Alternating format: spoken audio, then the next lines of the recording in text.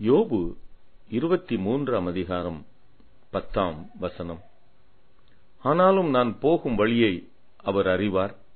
அவர் என்னை சோதித்த பின் நான் பொன்னாக விளங்குவேன்.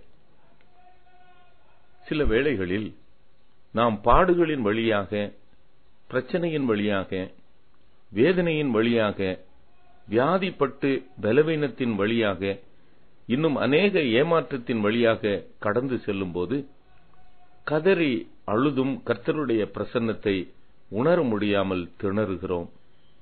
இது அநேக விசுவாசிகளின் உண்மையான வாழ்க்கையின் அனுபவமாக இருக்கிறது. உத்தமனாகிய யோபின் வாழ்க்கையிலும் அவன் தவிக்கிறதை காண்கிறோம். இதோ நான் முன்னாக போனாலும் அவர் இல்லை, பின்னாக போனாலும் அவரை காணேன், இடது புறத்தில் அவர் கிரியை செய்தும் அவரை காணேன், வலது பக்கத்திலும் அவரை காணாதபடிக்கு ஒளித்திருக்கிறார் என்று அங்கலாய்க்கிறார். ஆனாலும் அங்கலாய்ப்பின் மத்தியிலும் நான் போகும் வழியை அவர் அறிவார் என்று தம்மை பற்றி உத்தம இருதயத்தோடு இருக்கிறவர்களுக்கு தம்முடைய வல்லமையை விளங்க பண்ணும்படி கர்த்தருடைய கண்கள் பூமியெங்கும் உலாவிக் கொண்டிருக்கிறதை நம்பி அறிக்கையிடுகிறார். அவர் உட்கார்ந்து வெள்ளியைப் போலவும் பொன்னைப் போலவும் புடமிடுவார்.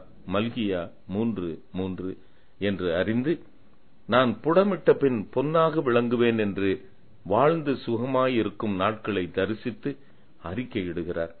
இதற்கு பின்பு யோபு 140 வருஷம் உயிரோடு இருந்து பூரண வயதுள்ளவனாய் வாழ்ந்து மரித்தான் என்று வேதம் சொல்லுகிறது. ஜெபம். என் வழியை கர்த்தரிடத்தில் ஒப்புவித்து அவர் மீது நம்பிக்கையாயிருக்கிறேன். அவரே என் காரியத்தை வாய்க்க செய்வார். ஆமென்.